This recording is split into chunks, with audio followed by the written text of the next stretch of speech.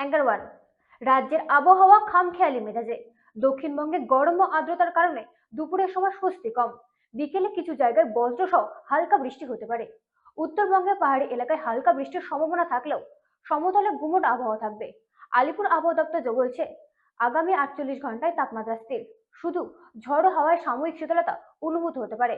সবাইকে রোদ এড়িয়ে চলা এবং পর্যাপ্ত জল পান করার পরামর্শ দেওয়া হচ্ছে।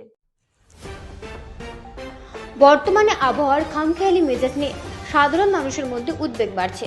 আর সেই প্রেক্ষাপটে আগামী কয়েকদিন আবহাওয়া ঠিক কেমন থাকবে তা নিয়ে গুরুত্বপূর্ণ তথ্য প্রকাশ করেছে সংবাদ মাধ্যম। সাম্প্রতিক আবহাওয়া বার্তা অনুযায়ী রাজ্যের বিভিন্ন জেলায় তাপমাত্রার উল্লেখযোগ্য পরিবর্তন লক্ষ্য করা যাচ্ছে, যার ফলে কোথাও প্যাচপ্যাচে গরম, আবার কোথাও ছিটে ফোটা বৃষ্টির সম্ভাবনা তৈরি হয়েছে। বিশেষ করে দক্ষিণবঙ্গের জেলাগুলিতে আর্দ্রতাজনিত অস্বস্তি বজায় থাকার পাশাপাশি দিনের বেলা রোদের তেজ সাধারণ জীবনযাত্রাকে ব্যাহত করছে। আলিপুর আবহাওয়া দপ্তরের পূর্বাভাস বলছে, বঙ্গোপসাগরে তৈরি হওয়া বিপরীত ঘূর্ণাবর্তের প্রভাবে জলীয় বাষ্প প্রবেশ করায় আকাশ আংশিক মেঘলা থাকতে পারে এবং কিছু কিছু এলাকায় বিকেলের দিকে স্থানীয়ভাবে বজ্রবিদ্যুৎ সহ হালকা বৃষ্টির পূর্বাভাস দেওয়া হয়েছে। তবে এখনই তীব্র দাবদাহ থেকে স্থায়ী মুক্তির কোনো বার্তা নেই, বরং আর্দ্রতার কারণে ঘাম এবং অস্বস্তি দুপুরের দিকে চরমে পৌঁছাতে পারে। উত্তরবঙ্গের ক্ষেত্রে চিত্রটা কিছুটা ভিন্ন।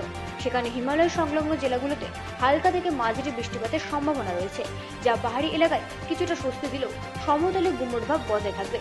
পর্যটন এলাকাগুলোতে পর্যটকদের সাবধানে চলাফেরা করার পরামর্শ দেওয়া হচ্ছে। সামগ্রিকভাবে আগামী 48 ঘন্টায় তাপমাত্রার পারদ খুব একটা না নামলেও ঝড়ো হওয়ার প্রভাবে সাময়িক শীতলতা অনুভূত হতে পারে। সাধারণ মানুষকে রোদে বেরোনোর সময় সতর্ক থাকতে এবং পর্যাপ্ত পরিমাণে জল পান করে শরীর সুস্থ রাখার পরামর্শ দিচ্ছেন বিশেষজ্ঞরা। মূলত গরম ও আর্দ্রতার এই মিশ্র আবহাওয়া আরও কয়েকদিন স্থায়ী হওয়ার ইঙ্গিত পাওয়া যাচ্ছে, তাই নিয়মিত আবহাওয়ার আপডেট নজরে রাখা অত্যন্ত জরুরি। ব্যুরো রিপোর্ট, রাত দিন নিউজ নেটওয়ার্ক। বসিরহাট